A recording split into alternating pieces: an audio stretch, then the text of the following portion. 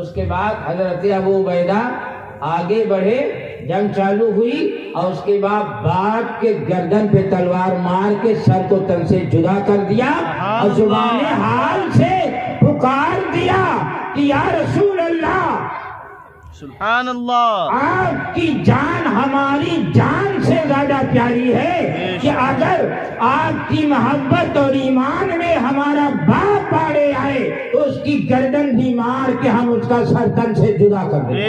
سبحان اللہ، سبحان اللہ۔ اور اس آیت کی تفسیر بن کے صحابہ نے دکھا دیا۔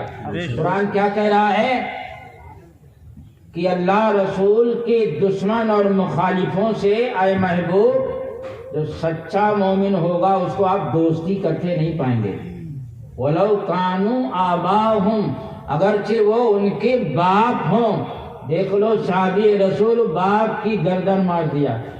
اور وہیں پر آس نام کا ایک شخص تھا، آس نام کا، وہ حضرت عمر رضی اللہ تعالیٰ عنہ کا سگا ماموں تھا، سگا ماموں۔ وہ حضرت عمر کی طرف للکارا، حضرت عمر آگے بڑھے اور اس کے گردن پہ تلوار مار کے اس کا سر تن سے جدا کر دیا۔ سبحان اللہ۔ اور سر کو تن سے جدا کر کے دنیا کو بتا دیا کہ انہیں جانا، انہیں مانا، نہ رکھا غیر سے کام، للہ حمد میں دنیا سے مسلمان۔ سبحان اللہ، سبحان اللہ، سبحان اللہ۔ نبی کا دشمن اگر باپ ہو تب بھی غیر ہے، اور اگر نبی کا عاشق غیر ہو تب بھی اپنا ہے۔ حق ہے، بے شک۔ انما المؤمنون اخوہ، تمام مومن آپس میں بھائی بھائی۔ بے شک۔ تو یہ صحابہ کرام نے اپنی ادا، اور حضرت مصعب ابن عمیر رضی اللہ تعالیٰ عنہ، یہ بھی مشہور صحابی رسول ہیں، یہ بھی تھے اسی بدر میں۔ حضرت مصعب ابن عمیر رضی اللہ تعالیٰ عنہ کا سگا بھائی عبداللہ ابن عمیر، وہ کفار مکہ کی طرف سے آیا، حضرت مصعب صحابی رسول امام الانبیاء کی طرف سے آیا۔ سبحان اللہ۔ ان کا بھائی ان کے سامنے آیا اور کہنے لگا کن کے چکر میں پڑے ہو؟ انہوں نے کہا تو کس کے چکر میں پڑا ہے؟ آمنا سامنا ہوا، تلوار چلی، اپنے سگے بھائی کی گردن پہ تلوار مار کے سر کو تن سے جدا کر دیا۔ یہ نہیں سوچے کہ ہمارا خاندان ہم سے ناراض ہو جائے گا، واہ واہ۔ یہ نہیں سوچے کہ لوگ ہمیں بھائی کا قاتل کہیں گے، یہ نہیں سوچے کہ پورا ہمارا کنبہ خراب ہو جائے گا۔ آج لوگوں کا یہ مزاج ہے، اللہ رسول ناراض ہو جائے مگر اور کوئی ناراض نہ ہونے پائے۔ ایمان کا سودا لوگ ایک چائے میں کر رہے ہیں، ایمان کا سودا لوگ دو ٹھو مٹھائی میں کر رہے ہیں۔ غور کرو قرآن کیا کہہ رہا ہے، صحابہ اس کی تفسیر بن کے پیسے پیش کر رہے۔ اب سنیے قرآن نے کیا کہا، وَلَوْ كَانُوا آبَاءَهُمْ أَوْ إِخْوَانَهُمْ، اگرچہ وہ ان کے باپ ہوں یا ان کے بھائی ہوں، او عشیرتہم، یا ان کے خاندان اور کنبے والے ہوں، اگر اللہ رسول کے دشمن اور مخالف ہیں تو جس کا ایمان پکا ہوگا وہ ان سے گستاخوں سے دوستی نہیں کرے گا۔ یہ قرآن کہہ رہا۔ اب اچھا دیکھیے، جو اس کسوٹی پہ کھڑا اترے اس کے لیے قرآن کیا کہہ رہا، اولئک کتب فی قلوبہم الایمان۔ سبحان اللہ، سبحان اللہ، بے شک، بے شک۔ یہ وہ لوگ ہیں جو اللہ اور رسول کو اپنے بھائی سے زیادہ محبت کرتے ہیں، سبحان اللہ۔ جو اللہ اور رسول سے اپنے باپ سے زیادہ محبت کرتے ہیں، اور کر کے دکھا بھی دیا، جو اللہ اور رسول سے اپنے خاندان والوں سے زیادہ محبت کرتے ہیں، اولئک کتب فی قلوبہم الایمان، یہ وہ لوگ ہیں جن کے سینے میں اللہ نے ایمان کو نقش کر دیا۔ سبحان اللہ، سبحان اللہ۔ جیسے سکہ ہوتا ہے نا، سکہ سونا چاندی کا سکہ یا پیتل تانبے کا سکہ جو ہوتا ہے، اس کو ڈھلائی کے وقت اس میں جو نقش کر دیا جاتا ہے نا، پھر وہ مٹتا نہیں ہے، پتھر کی لکیر بن جاتا ہے۔ تو یہ اللہ کیا فرما رہا؟ یہ وہ لوگ ہیں جو اپنے باپ بھائی اور خاندان والوں سے زیادہ اللہ رسول سے محبت کرتے ہیں اور ان کے دشمنوں سے نفرت رکھتے ہیں۔ اچھا یہاں اللہ نے یہ نہیں کہا نماز پڑھنے والوں کے دل میں اللہ ایمان کو نقش کر دیتا ہے، سبحان اللہ، روزہ رکھنے والوں کے سینے میں اللہ ایمان کو نقش کر دیتا۔ بے شک وہ سب فرض ہیں، ضروری ہیں، بے شک بے شک، مگر پکا ایمان والا اللہ کسے کہہ رہا ہے کہ وہ لوگ ہیں جن کے سینے میں اللہ ایمان کو نقش کر دیا۔ جیسے سکے میں کوئی چیز نقش کر دی جائے تو چاہے جہاں رکھ دو، صدیاں گزر جائے مگر اس نقش پر فرق نہیں آتا، بے شک، وہ نقش مٹتا نہیں۔ ڈھلائی کے وقت جو نقش کر دیا گیا وہ ثبت رہے گا، وہ قائم رہے گا۔ گویا اللہ ان کے سینے میں خود اپنے فضل و کرم سے ایمان کی مہر لگا دیتا ہے۔ اور جب خالق کائنات کسی کے سینے میں ایمان کی مہر لگا دے تو اس مہر کو کوئی مٹا نہیں سکتا۔ اور کن لوگوں کے سینے میں اللہ مہر لگا دیتا ایمان کی؟ ان لوگوں کے سینے میں جو اللہ اور رسول سے اپنے باپ سے زیادہ محبت کریں، اپنے بھائی سے زیادہ محبت کریں، اپنے خاندان والوں سے زیادہ محبت کریں اور اللہ رسول کے دشمنوں سے دوستی نہ کریں۔ یہ خود قرآن نے بتا دیا۔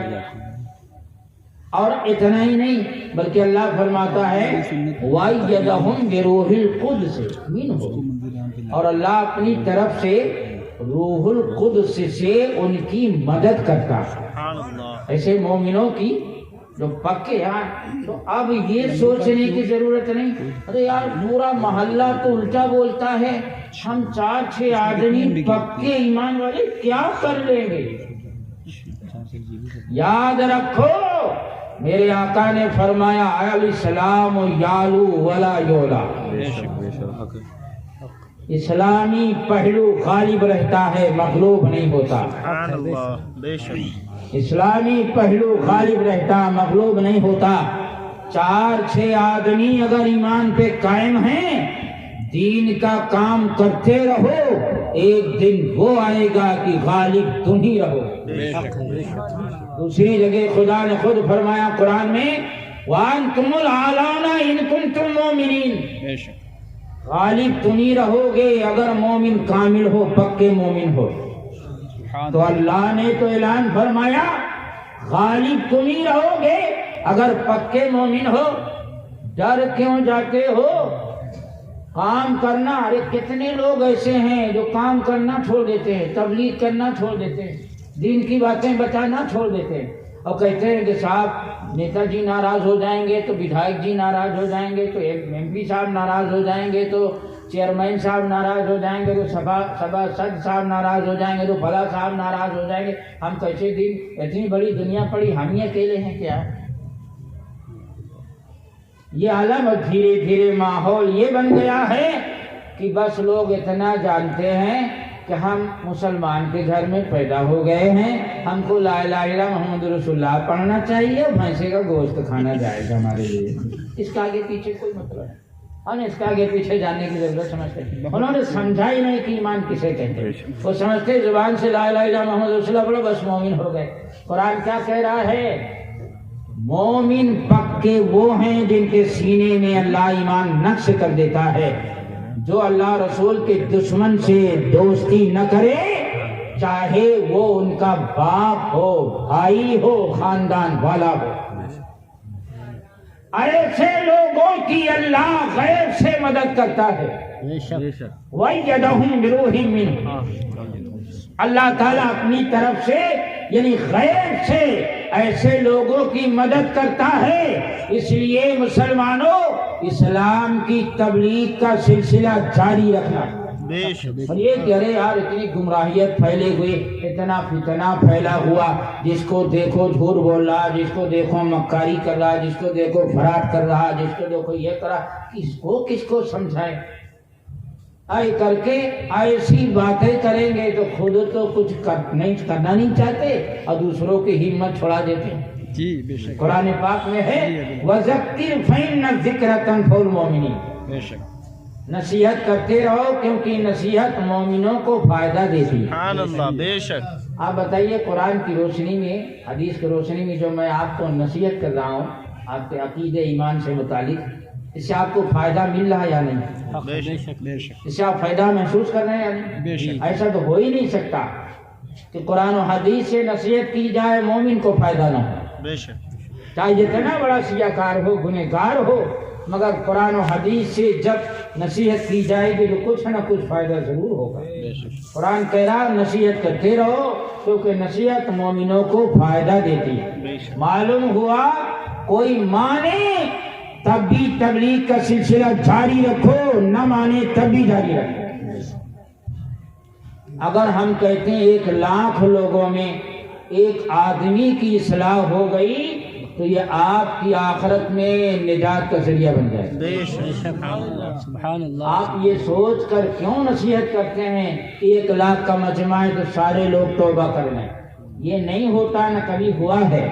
آپ یہ سوچ کر نصیحت کریں کہ کوئی مانے نہ مانے کم سے کم ہمیں نصیحت کا تبلیغ کا ثواب تو ملے گا۔ بے شک ہاں قرآن نے کہا نصیحت کرو، ہم کر رہے تو ظاہر سی بات قرآن پہ عمل ہے تو کم سے کم ثواب تو ملے گا۔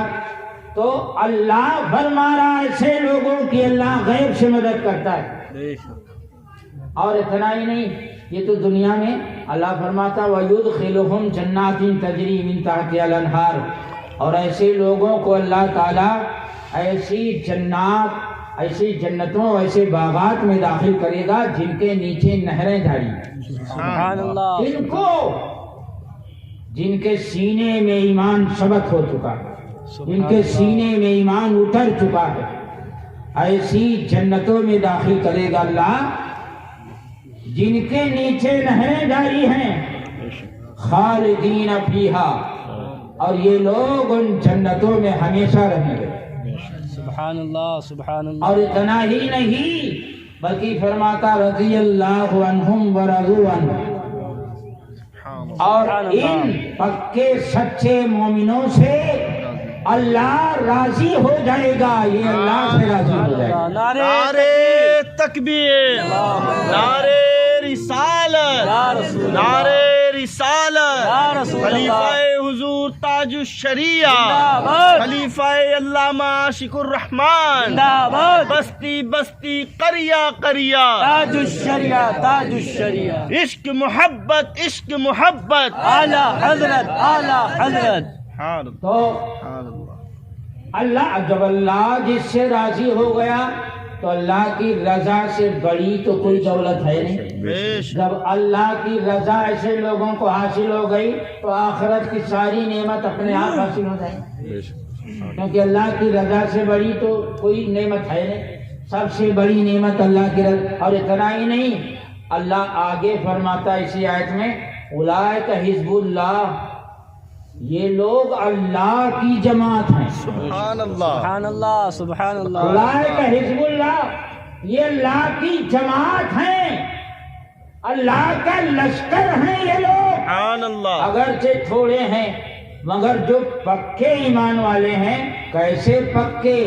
ایسے پکے کہ جب دیکھیں کہ فلاں اللہ رسول کا گستاخ ہے تو اس سے فوراً قطع تعلق کر لیں، اگرچہ وہ اپنا باپ ہو، بے شک سبحان اللہ، وَلَوْ كَانُوا آبَاءَهُمْ أَوْ إِخْوَانَهُمْ، اگر جو اپنا باپ ہو، اپنا بھائی ہو، اپنا کنبہ ہو، ایسے لوگوں کو اللہ کہہ رہا یہ اللہ کی جماعت ہے۔ الا ان حزب اللہ اولئک هم المفلحون۔ اور سن لو یہ جو اللہ کی جماعت ہے نا، یہ لوگ جو اللہ کی جماعت ہیں یہی کامیابی پانے والے ہیں۔ معلوم ہوا کامیاب یہی ہیں دنیا میں بھی اور آخرت میں بھی۔ دنیا میں جو ایسے لوگوں کی مخالفت کرتے ہیں ان کا بھی دل گواہی دیتا ہے کہ ہم غلط کر رہے ہیں، دل گواہی دیتا ہے کہ ہم غلط کر رہے، جو بات وہ کہہ رہا حق بات وہی، اب آپ بتائیے کہ اس دور میں کیا دنیا خالی ہے؟ ایسے لوگ نہیں ہیں کہ جو اللہ رسول کی محبت میں اپنے باپ کو چھوڑ دیتے ہیں، اللہ رسول کی محبت میں اپنے سگے بھائی کو چھوڑ دیتے ہیں، اللہ رسول کی محبت میں اپنے خاندان کو چھوڑ دیتے ہیں۔ کیا ایسے لوگوں کی کمی ہے؟ ایسے لوگ نہیں ہیں اس دور میں؟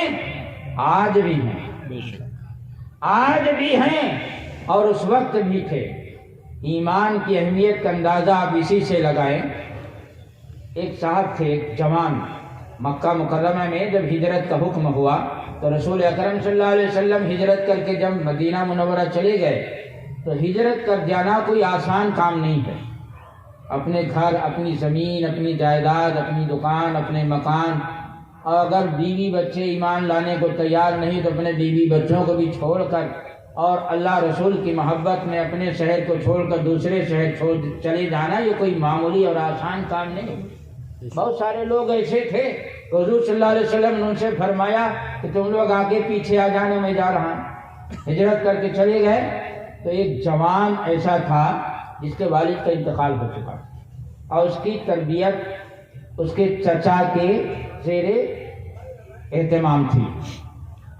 اس کا چچا اس کی تربیت کرتا تھا اور چچا ایمان نہیں لایا تھا، اس کا پورا خاندان ایمان نہیں لایا تھا، لیکن اس جوان کو اللہ نے توفیق دیا کہ اس کا سینہ نور ایمان سے منور ہو گیا۔ سبحان اللہ، سبحان اللہ۔ ایک دم جوان ینگ تھا۔ اس جوان نے دیکھا جب کہ یہاں پر ایمان بچانا مشکل ہے، اپنے محبوب کی بارگاہ میں جائیں گے، مدینہ کی ٹھنڈی ٹھنڈی ہوائیں چلیں گی، سبحان اللہ، سبحان نور نبوت کی روشنی چاروں طرف چھائی ہوگی، ان بہاروں میں اپنے ایمان کو اور سجائیں گے اور سنواریں گے۔ سبحان اللہ، سبحان اللہ۔ اور ہجرت کی تیاری کیا۔ جب چچا کو یہ بات معلوم ہوئی کہ میرا بھتیجا ایمان لا کر ہجرت کی تیاری کر رہا ہے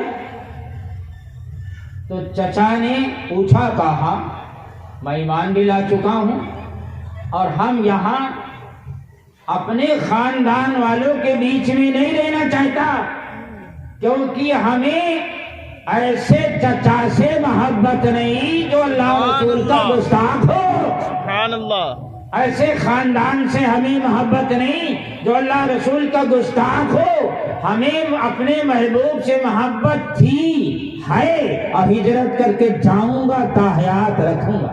سبحان اللہ، سبحان اللہ۔ اتنا سننا تھا کہ چچا دل ملا گیا، مارے غصے کے برہم ہو گیا، اور اس کے بعد اس ظالم نے ذات راہ کے لیے، ظاہر سی بات ہے اس دور میں آپ دیکھتے ہیں ٹرین پلین سے سفر میں کتنی آسانی ہے، اس کے باوجود ضرورت کا سامان اگر نہ ہو تو آدمی پریشان ہو جاتا ہے۔ لمبا سفر، اور مدینہ مکہ سے بہت دور ہے، کوئی قریب نہیں ہے، اور پھر ریگستانی علاقہ پیدل جانا کوئی معمولی بات نہیں تھی، اس کے لیے ظاہر سی بات ہے زیادہ راستے کی ضرورت کی چیزیں تو لینا ایک ضروری چیز ہے، تو وہ زیادہ راہ کے لیے جو چیزیں تھیں ان سب کو چھین لیا، اور چھیننے کے بعد کہا ظالم تو اس وقت چونکہ ان کے ماحول میں سب سے بڑا گناہ اپنے باپ دادا کے دین کو چھوڑ دینا تھا، اس لیے بھتیجا چچا کی نظر میں سب سے بڑا اپرادھی اور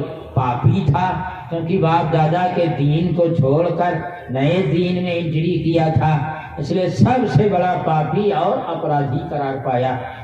تو کہا بھائی اور پہلے میرا کپڑا اتار دو،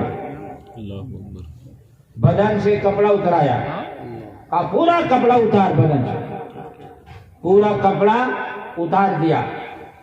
آج لوگ فائدے کو مجبوری کہہ رہے ہیں، جا رہے ہیں ولیمہ کھانے کے لیے، مقصد ہے نان گوشت کھانا، گستاخ رسول کا نان گوشت کھا رہے ہیں، اور اس کے بعد کہنا ارے مجبوری تھی۔ کیا نان گوشت کھانا یہ بھی مجبوری ہو گئی؟ کیا نان گوشت نہ کھاؤ گے تو مر جاؤ گے؟ اور اس کے بعد پھر جب اپنے یہاں ولیمہ ہوگا تو گستاخ رسول کو دعوت دیں گے، اور جب کوئی پوچھے گا کیا تم صحابہ کے گستاخ کو دعوت دے دیے اور جو ہے تو حضور کے گستاخ کو دعوت دے دیے، جبکہ اللہ تعالیٰ سورہ مجادلہ میں فرماتا ہے کہ باپ اور بھائی بھی اللہ رسول کو گستاخ ہو تو اسے چھوڑ دو، اور تم غیر کو نہ چھوڑ سکے تو کہیں گے اس کے ولیمہ میں کھایا ہوں تو کیا کھلاؤں گا نہیں؟ کیا بات ہے، نہ کھلاؤں گا تو تانا نہیں دے گا، وہ اس کا کھا آئے ہیں بدلے میں کھلا رہے ہیں، اس کے بعد بھی عاشق رسول ہے۔ ادھر گستاخ رسول کے ولیمہ میں بھی پلیٹ لیے سب سے آگے، ادھر توشہ میں بھی پلیٹ لیے سب سے آگے بیٹھے ہوئے ہیں۔ عاشق رسول ہو تو ایسا ہو، پھر اور کیا کہ گستاخ رسول گستاخ صحابہ کے توشہ میں بھی پلیٹ لیے آگے بیٹھے ہیں، اور عاشق رسول کے توشہ میں بھی پلیٹ لیے آگے بیٹھے، اس کے ولیمہ میں بھی پلیٹ لیے آگے بیٹھے۔ یہ ہے مسلمان، یہ اس کے رسول۔ سنو، میں ایسے جوان کی باتیں بتانے جا رہا ہوں، آج کے جوان سنیں اور عبرت حاصل کریں۔ آج کے ہمارے جوان کا یہ عالم ہے کہ اگر کسی ہیرو کو دیکھا، فلمی ہیرو کو، داڑھی منڈا دیا، ایک بڑا خوبصورت لگ رہا، داڑھی منڈانے کے بعد ہی آ گیا تو اب داڑھی منڈا کے آ گئے، صبح فوراً سب سے پہلا کام، وہ بڑا خوبصورت لگ رہا ہے تو ہم داڑھی منڈا کے تو ہم بھی خوبصورت لگیں گے۔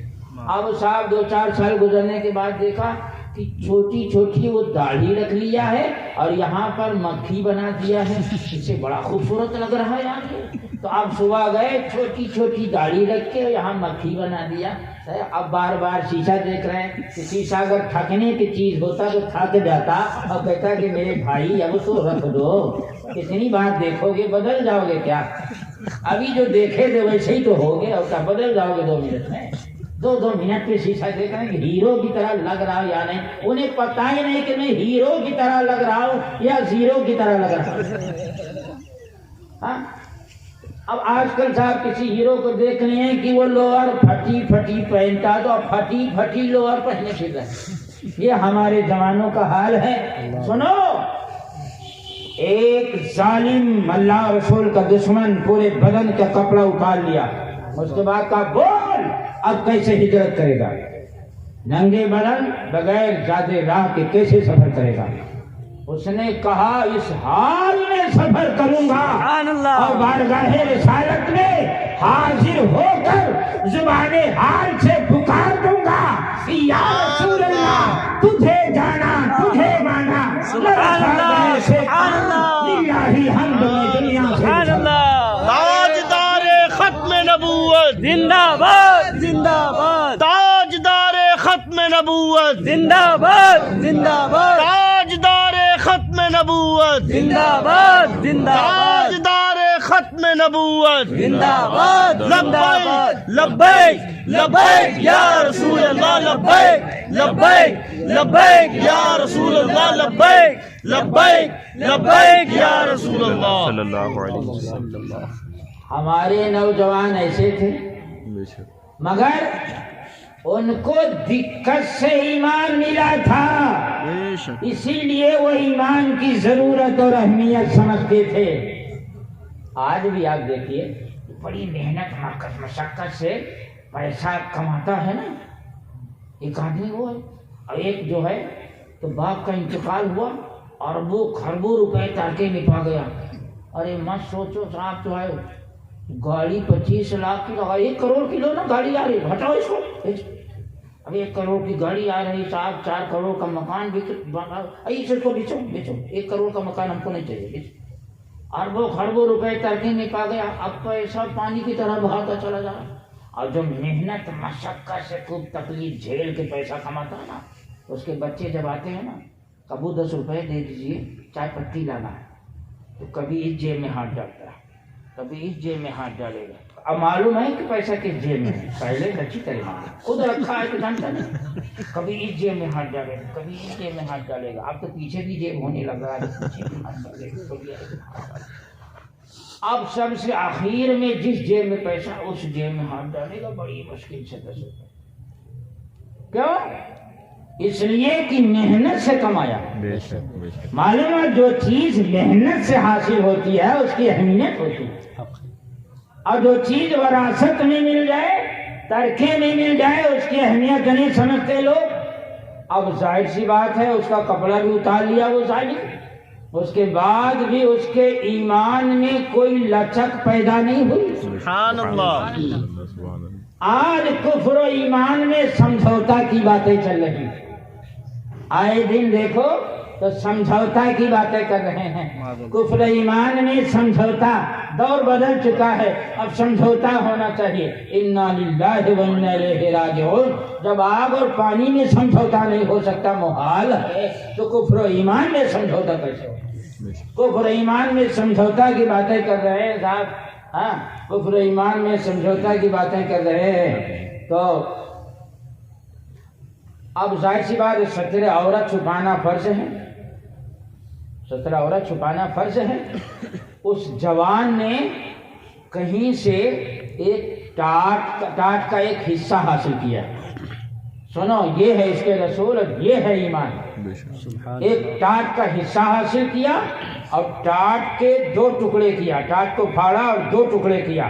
اب پھاڑنے کے بعد ایک ٹکڑے کو ستر عورت ایک ٹکڑے سے چھپایا، لنگی کی جگہ اس کو باندھا، ستر عورت کا کام لیا، اور ایک ٹکڑے کو کی چادر کی طرح ایک ٹکڑے کو اوڑھ لیا اور اس کو کرتے کی جگہ استعمال کر لیا.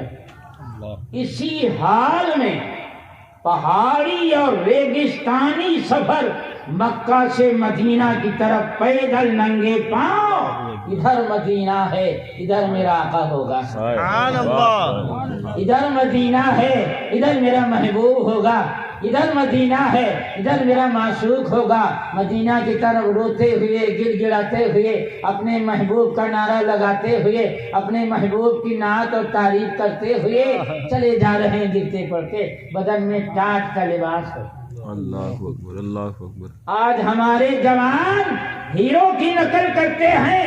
ارے اس محبوب کی نقل کر کے، اس کی سنت اختیار کر کے مر جاؤ تاکہ خدا کہے اے بندے میں تجھ سے راضی ہوں، تو مجھ سے راضی ہوگا. سبحان اللہ سبحان اللہ. کس کی نقل کر رہے ہو؟ وہ جوان ہیں کہ اپنے محبوب کی بارگاہ میں جانے کے لیے، اپنے ایمان کی حفاظت کے لیے مکہ چھوڑ رہے ہیں. کس کو چھوڑ رہے ہیں؟ مکہ کو چھوڑ رہے ہیں. کس کو چھوڑ رہے ہیں؟ حرم کو چھوڑ رہے ہیں. اللہ اکبر. جہاں کی ایک نیکی 1,00,000 نیکی کے برابر ہے. سبحان اللہ. حرم کو چھوڑ کے جا رہے ہیں. کس کے لیے چھوڑ رہے ہیں؟ آقا کے لیے چھوڑ رہے ہیں. سبحان اللہ. معلوم ہوا آقا اگر حرم میں ہو تو ایک نیکی 1,00,000 نیکی کے برابر، اور آقا اگر حرم کو چھوڑ کے چلے جائے تو اب حرم میں رہنا نیکی نہیں، حرم میں رہنا گناہ ہے. ہجرت کرنا فرض ہو گیا. یہ محبوب کا درجہ مرتبہ ہے. اس کو چھوڑ کے جا رہے ہیں اس مکے کو جہاں کعبہ ہے، جہاں مسجد حرام ہے، جہاں صفا مروہ ہے، جہاں میدان عرفات ہے، جہاں مزدلفہ ہے، جہاں منی ہے. مسلمانوں، محبوب اگر مکے میں ہو تو یہ تبرکات ہیں، اور محبوب مکہ چھوڑ کے چلا جائے تو مکے کو چھوڑ کے چلا جانا فرض ہے. سبحان اللہ سبحان اللہ. معلوم ہوا حرم محبوب کے صدقے حرم بنا، کعبہ محبوب کے صدقے کعبہ بنا، میدان عرفات محبوب کے صدقے میدان عرفات بنا، منی مزدلفہ محبوب کے صدقے منی مزدلفہ بنا، مسجد حرام محبوب کے صدقے مسجد حرام بنا. سبحان اللہ. ورنہ جب صحابہ مکہ چھوڑ کے جا رہے تھے تب بھی تو یہ ساری چیزیں تھیں، مگر ایک محبوب کے لیے سارے تبرکات چھوڑ دیے گئے. معلوم ہوا محبوب ہے تو سب ہے، اور محبوب ہے تو سب ہے، سب ہے تو رب ہے. اب محبوب نہیں تو کچھ بھی نہیں. محبوب چھوٹا تو سب چھوٹا، سب چھوٹا تو رب چھوٹا. بخدا خدا کا یہی ہے در، نہیں اور کوئی مفر مکر. جو وہاں سے ہو، یہیں آ کے ہو، جو یہاں نہیں تو وہاں۔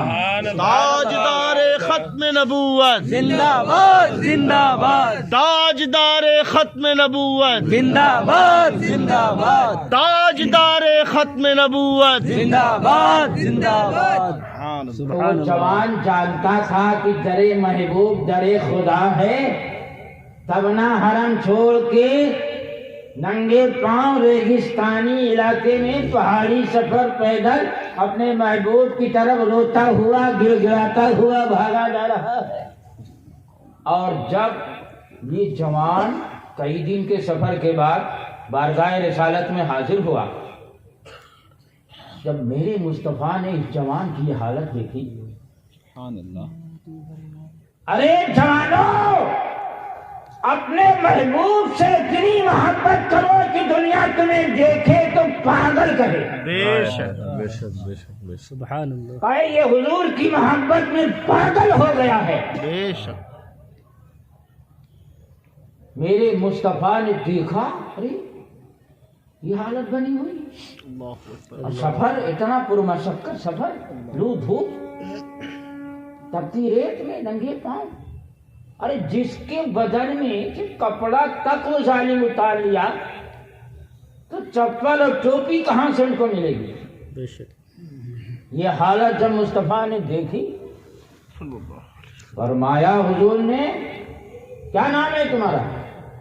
اس نے عرض کی کہ حضور میرا نام تو میرے ماں باپ نے عبدالعزیٰ رکھا تھا، وہی نام ہے، کیونکہ ابھی نام بدلا نہیں گیا تھا، ماں باپ چچا سب وہی تھے۔ لات اور عزا دو بہت بڑے بت تھے جن کا کفار مکہ بڑا احترام کرتے تھے، ان کو بہت بڑا خدا مانتے تھے، تو ان کی طرف نسبت کر کے نام بھی رکھتے تھے عبدالعزیٰ، یعنی عزا بت کا بندہ، جیسے عبداللہ ہم لوگ نام رکھتے ہیں اللہ کا بندہ۔ تو کہا حضور گھر والوں نے عبدالعزیٰ نام رکھا میرا، حضور نے فرمایا آج کی تاریخ سے آپ عبدالعزیٰ نہیں ہو، آپ آج کی تاریخ سے عبداللہ ہو۔ سبحان اللہ سبحان اللہ۔ معلوم ہوا کہ نام اگر صحیح نہ ہو، نام شریعت کے خلاف ہو، تو ہمارے حضور اسی وقت نام بدل دیتے تھے۔ کچھ لوگ نام بدلنے میں بھی ان کا نام غلط ہے، اس کے بعد بھی اگر مگر سگر پگر میں لگے رہتا ہے، کیسے بدل دیں؟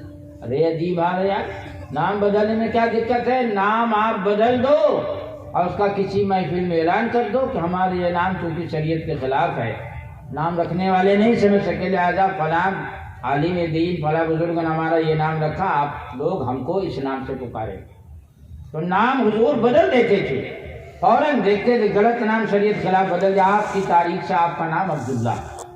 اب اس کے بعد حضور صلی اللہ علیہ وسلم نے اس جوان کو اصحاب صفہ میں شامل کر دیا، سبحان اللہ واہ سبحان اللہ۔ کیونکہ حضور کے پاس مسکینوں کی بھی جماعت پہلے سے سبحان تھی۔ اللہ۔ صفہ ایک چبوترا جس پر مسکین صحابہ بیٹھے رہتے تھے، جن کے پاس کچھ بھی نہیں، مسکین کہتے جس کے پاس کچھ بھی نہ ہو، ایک ٹائم کھانے کا بھی انتظام نہ ہو، کوئی دے دے تو کھا لے، نہ دے دے تو اللہ کا شکر ادا کر کے سو جائے۔ اصحاب صفہ جو مسکین تھے مساکین، انہیں میں شامل کر دیا۔ حضور صلی اللہ علیہ وسلم ان مساکین میں بیٹھتے تھے، ان کی خیریت معلوم کرتے تھے، ان کے ساتھ کھانا کھانے لگتے تھے، ان سے باتیں کرتے تھے۔ حضور کی عادت یہ نہیں تھی کہ مالداروں کی پیٹھ پر ہاتھ پھیریں اور غریبوں کو کتے کی طرح دور دوریا کے بھگا دیں، جیسا کہ آج کل کچھ مولوی کر رہے ہیں۔ بنتے تو بہت بڑے ولی ہیں، مگر عالم یہ ہے کہ مالدار کے ہاں جائیں گے، غریب کے ہاں نہیں جائیں گے۔ مالدار کا اگر انتقال ہو گیا تو چاہے پوری زندگی عیاشی ہی کرتا رہا ہو، مگر اس کی تیجا میں ایسی دعا کریں گے کہ جب تک اس کو جنت تک پہنچا کے جنت میں ٹھونس نہ دیں گے تب تک واپس نہیں آئیں گے۔ اگر کوئی غریب جائے گا تو کہیں گے ہمارے پاس ٹائم نہیں، طبیعت ہماری 2-3 دن سے خراب ہے، 400 شوگر ہمارا بڑھا ہوا ہے، 400 بتا دیں گے تو خود ہی خاموش ہو جائیں گے، 400 بہت ہوتا ہے۔ تو یہ حالات ہیں، اس کا نام بزرگی نہیں ہے۔ ہمارے حضور ان مساکین میں بیٹھتے تھے، ان کی خیریت معلوم کرتے ہیں، ان کے پاس کہیں سے کچھ کھانا آتا ہے تو ان کے ساتھ شریک ہو کے سبحان اللہ کے لیے حضور کھانا نہیں کھاتے۔ سبحان اللہ سبحان اللہ۔ اور اس کے بعد غزوہ تبوک میں جب 10,000 کا لشکر تھا، اس وقت اسلام کافی پھیل چکا تھا، 10,000 کا لشکر تھا، تو راستے میں رات ہوئی، پڑاؤ 10,000 کا بہت بڑا مجمع ہوتا ہے، شامیانہ خیمے جو ہے الگ الگ لگائے گئے، خیمے اپنے اپنے خیمے میں لوگ آرام کر رہے تھے، اور صحابہ کی عادت تھی کہ رات میں اگر کہیں پر جنگل میں سفر میں حضور صلی اللہ علیہ وسلم کے ساتھ ہیں اور لشکر سب سو رہا ہے، اگر کسی صحابی کی رات میں آنکھ کھل گئی تو اگر حضور کا بستر قریب ہے تو اپنے بستر سے سر اٹھا کے دیکھ لیتے تھے کہ ہمارے حضور خیریت سے ہیں۔ سبحان اللہ، سبحان اللہ، سبحان اس اللہ، کے رسول، واہ واہ، سبحان اللہ، اس کے رسول کا مطلب یہ نہیں کہ جہاں حلوہ ملے وہاں جائے، جہاں نہ ملے وہاں نہ جائے، مطلب بزنس بنا لیا اسلام کو، اور اس کے رسول کا دعویٰ الگ ہے، اس کا نام اس کے رسول نہیں۔ اور اس میں رات میں سب سو رہے تھے اپنے اپنے بستر پہ، کوئی یہاں کوئی جو جس کو جہاں اپنا اچھا لگتا ہے جنگل میں خیمہ لگا دیتے۔ تو حضرت عبداللہ ابن مسعود رضی اللہ تعالیٰ عنہ مشہور صحابی رسول ہیں، ان کی رات میں آنکھ کھلی، انہوں نے حضور صلی اللہ علیہ وسلم کے اندھیرا جنگل جانتے ہیں آپ، اندھیرا تھا، تو دیکھا حضور صلی اللہ علیہ وسلم صاحب بستر نظر نہیں آیا، تو سوچا کہ اٹھ کے جائیں اپنے حضور کو دیکھنے کہ ہمارے حضور خیریت سے آرام کریں۔ سبحان اللہ، ایسی محبت ہوگی تب اللہ دل میں ایمان نقش کر دے گا، جیسے سکے پر نقش ہو جاتا ہے، کھرستے رہو پھر کچھ ہونے والا نہیں، بے شک، اسی طرح ایمان جب اللہ دل پہ نقش کر دے گا، بدعقیدے کھرستے رہیں کچھ ہونے والا نہیں۔ ہاں، تو حضرت عبداللہ بن مسعود اٹھ کے گئے اور دیکھا کہ حضور صلی اللہ علیہ وسلم کا بستر، اتنی رات گزر گئی ہے، سب سو رہے ہیں اور حضور کا بستر خالی، ہاتھ سے ٹٹولا تو بستر ٹھنڈا، کیونکہ جب بستر کو کوئی لیتا رہتا ہے تو بستر گرم رہتا ہے، پتہ چل جاتا ہاتھ سے بستر ٹھنڈا۔ رات میں حضور کہاں گئے، سب تو سو رہے ہیں۔ اب تشویش بڑھ گئی، کیونکہ حضور کو جب صحابہ نہیں دیکھتے تھے تو بے قرار ہو جائیں گے، جب حضور کا وصال ہوا ہوگا تب صحابہ کا کیا عالم ہوگا، اللہ اکبر، اتنی تکلیف ہوئی ہوگی۔ تو بغل میں حضرت عمر اور حضرت ابو بکر صدیق کا بھی بستر تھا، تو سوچا ان لوگوں کو دیکھیں، کیونکہ یہ تو حضور کے رازدار ہیں، یہ اگر حضور کہیں گئے ہوں گے تو یہ ضرور ساتھ میں گئے ہوں گے، سبحان اللہ، سبحان اللہ، ان سے پتہ چل جائے گا، کیونکہ یہ محبوب کی علامت ہے۔ سبحان اللہ، جو نبی کو ڈھونڈنا چاہتا ہو پہلے ابو بکر کو سبحان اللہ، صحابہ حضور کو جب ڈھونڈتے تھے تو پہلے ابو بکر اور عمر کو ڈھونڈتے تھے، ابو بکر عمر کے بستر کو دیکھ لو پتہ چل جائے گا۔ واہ واہ، سبحان جب ابو اللہ، بکر عمر کے بستر کو دیکھا تو ان کا دونوں کا بھی بستر خالی سبحان اللہ، اور سب کا بستر بھرا۔ ارے یہ لوگ بھی نہیں ہیں، حضور ضرور ان دونوں کو لے کے کہیں گئے ہیں، سبحان سبحان اللہ، ضرور ان دونوں کو لے کے کہیں گئے ہیں۔ ہاں، حدیث شریف میں ہے کہ جب قیامت آئے گی اور قبریں پھٹیں گی، مردے اپنی اپنی قبروں سے نکلیں گے، تو میرے مصطفیٰ حضرت ابو بکر حضرت عمر، ایک ہاتھ میں حضرت ابو بکر کا ہاتھ پکڑا، سبحان اور ایک اللہ، ہاتھ میں عمر کا ہاتھ پکڑا، اور مدینہ منورہ میں اسی حال، مسجد نبوی میں اسی حال میں داخل ہوئے، صحابہ موجود تھے، حضور نے فرمایا او صحابہ دیکھ لو، کل بروز قیامت جب میری قبر پھٹے گی سبحان اور اللہ، میں قبر سے اٹھوں گا تو اسی طرح اٹھوں گا۔ سبحان اللہ، سبحان اللہ، سبحان اللہ، ہر صحابی نبی جنتی جنتی، ابو بکر صدیق بھی، جنتی جنتی، عمر فاروق بھی، جنتی جنتی، حضرت عثمان بھی، جنتی جنتی، حیدر قرار بھی، جنتی جنتی، امیر معاویہ، جنتی جنتی، امیر معاویہ، جنتی جنتی، سبحان اللہ، تو کیا سمجھے، میرے آقا صلی اللہ علیہ وسلم کی یہ رازدار ہیں، ہاں یہ ایسے رازدار ہیں کہ مزار میں ساتھ سبحان اللہ، اور میدان محشر جب جائیں گے تب بھی دونوں ساتھ ساتھ ہیں، سبحان اللہ، زندگی بھر سبحان ساتھ اللہ، ساتھ رہے اور مزار میں بھی ساتھ ساتھ، حق ہے، سبحان اللہ، سبحان اللہ، میدان محشر میں حضور فرما رہے ہیں اسی طرح میدان محشر سبحان جاؤں گا، اللہ، سبحان اللہ، ایک ہاتھ میں ابو بکر ہوگا، دوسرے ہاتھ میں عمر ہوگا، اسی طرح میں میدان محشر جاؤں گا۔ تو دیکھا تو ان دونوں کا بھی بستر خالی، اب تشویش بڑھ گئی، حضور اتنی رات میں کہاں گئے؟ تو چاروں طرف نظر دوڑائی تو جو صحابہ کے بستر بچھے ہوئے تھے ان سے بالکل کنارے ایک روشنی نظر آئی، تو سوچا کہ شاید اس روشنی کے پاس حضور ہوں، اور یہ حضرت عبداللہ بن مسعود رضی اللہ عنہ اس روشنی کے پاس گئے، اور جانے کے بعد دیکھا کہ ایک قبر کھودی ہوئی ہے اور اس قبر کے اندر حضور صلی اللہ علیہ وسلم اترے ہوئے ہیں، اور اب قبر سے باہر ایک جنازہ رکھا ہوا ہے، اور اس جنازے کے پاس ابو بکر اور عمر کھڑے ہیں رضی اللہ تعالی عنہما وارضاہ عنہما۔ تو حضور صلی اللہ علیہ وسلم کے لیے جا کے حضرت عبداللہ مسعود کھڑے ہو گئے، دیکھا کہ حضور صلی اللہ علیہ وسلم نے اتنا بڑا مجمع کر 10,000 سب کو جگانا مناسب نہیں سمجھا، تو حضور صلی اللہ علیہ وسلم نے فرمایا کہ ناولو صاحبکما، قبر تیار ہو گئی، اب آپ دونوں آدمی اس جوان کے جنازے کو ہم کو دو۔ حضور قبر میں اتار کے اپنے ہاتھ سے اس جنازے کو اتار رہے ہیں، اور ایک ہاتھ حضور صلی اللہ علیہ وسلم کا اس جوان کے گال کے پاس ہے، ایک ہاتھ پیٹھ میں ہے۔ حضرت عبداللہ بن مسعود حیران کی، اللہ یہ خوش نصیب جنازہ سبحان اللہ، میرے مصطفیٰ قبر میں اپنے ہاتھ پہ رکھ کے اتارنا ہے۔ اور حضور صلی اللہ علیہ وسلم جب اس جنازے کو اتار رہے تھے تو اس اندھیری رات میں حضور صلی اللہ علیہ وسلم رو رہے تھے، اور آنکھ کے آپ کے موتی کی طرح آنسو اس جوان کے چہرے پر گر رہے تھے۔ سبحان اللہ، سبحان اللہ۔ حضرت عبداللہ بن مسعود نے عرض کی کہ حضور یہ کس خوش نصیب کا جنازہ ہے؟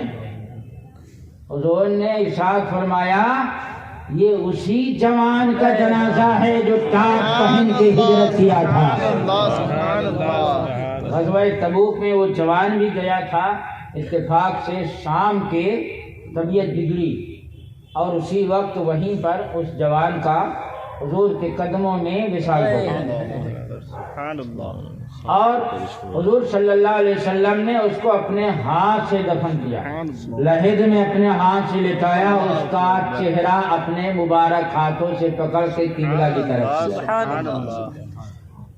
اور حضور صلی اللہ علیہ وسلم لحد میں لٹا کر اپنا دست انور اٹھائے، ہاتھ جس سمت اٹھا غنی کر دیا، اپنے دست انور اٹھائے اور دعا کی کہ میرے رب جب تک یہ انتقال نہیں کیا تب تک میں اس سے راضی تھا، اے خدا تو بھی اس سے راضی ہو جا، اے خدا تو بھی اس سے راضی ہو جا۔ حضرت عبداللہ ابن مسعود کہتے ہیں حضور ایک بار نہیں بار بار یہ دعا کر رہے، سبحان اللہ۔ قبر کے اندر حضور کھڑے ہو کر بار اے اللہ میں اس جوان سے اس کی زندگی بھر راضی رہا، اے میرے مولا تو بھی راضی ہو جا، اے اللہ تو بھی راضی ہو جا، اے اللہ تو بھی راضی ہو جا۔ حضرت عبداللہ ابن مسعود رضی اللہ تعالیٰ عنہ نے جب یہ منظر دیکھا تو زارو قطار رونے لگے، اور روتے ہوئے عرض کی یا لیتنی یا لیتنی کنتو صاحبہ ھذا القبر، اے اللہ اے کاش اس جوان کی جگہ اس قبر میں میں ہوتا، اس جوان کی جگہ اس قبر میں میرا جنازہ ہوتا۔ میرے حضور کیسی دعائیں کر رہے ہیں، کیسے دستے شفقت پھیر رہے ہیں، اپنے ہاتھوں سے اتار رہے ہیں۔ جوانوں جب دل میں حضور کی محبت ہوگی تو یہ نہ جاننا کہ حضور بے خبر ہیں، تم ادھر محبت کرو گے